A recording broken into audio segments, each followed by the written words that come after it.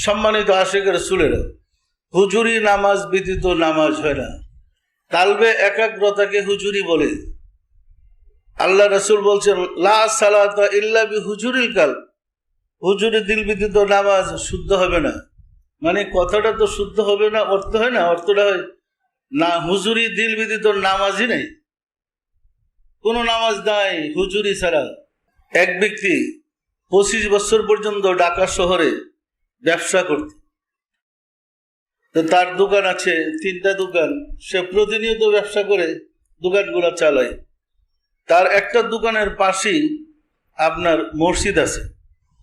তো প্রতিনিয়ত তিনি 5 ওয়াক্ত নামাজটা, ফজরেরটা হয়তো বাড়িতে পড়ে, বাকি নামাজগুলা মসজিদে আদায় করতে চেষ্টা করে। ভাগ্যচক্রে একদিন যখন মাগরিবের নামাজ পড়তে গেলেন হুজুরের পিছনে, জমাতে নামাজ পড়তেছিলেন, নামাজ পড়া অবস্থায় 2 রাকাত নামাজ পড়ে হুজুর সালাম ফিরে ফেলাইছেন। কোনো মুসল্লির খেয়াল নাই কিরকম নামাজটা, মানে কেউ লোকমা দেয় না যে ভুল হইল না শুদ্ধ হইল, ওই 2টা না। ওই মুসল্লি বলতেছে, হুজুর নামাজ তো আজকে 2 রাকাত হয়েছে। হুজুর না তো, আমার তো মনে আমি ঠিকই করছি। অন্যরা চুপ।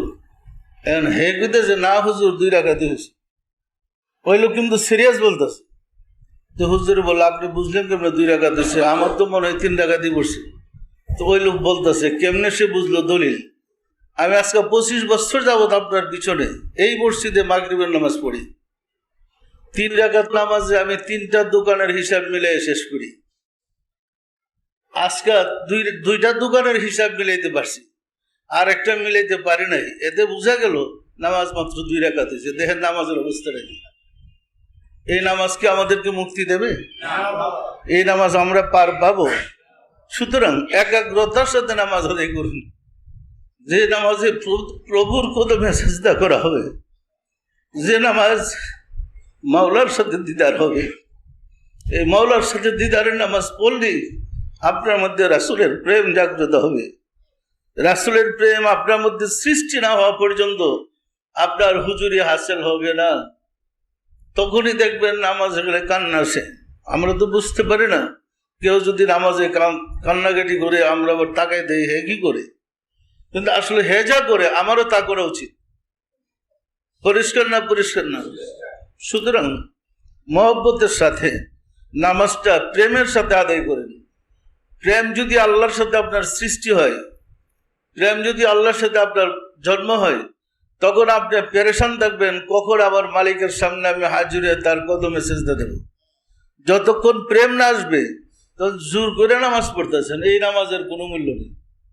যখন প্রেম সৃষ্টি হবে, আপনি খুঁজবেন নিরিবিলি কখন আমার প্রভুকে পাবো, কখন তার কদম মুবারকে সিজদা করব। পরিষ্কার না? পরিষ্কার না? সুতরাং প্রেম বিহনে ইবাদত নিষ্ফল। যত ইবাদত বন্দেগী করেন, যে ইবাদতে প্রেম নাই, এটার রেজাল্ট হবে জিরো। এই জিরো ইবাদত করে কোনো লাভ নাই, এটা লোক দেখানো মাত্র। পরিষ্কার না? পরিষ্কার না?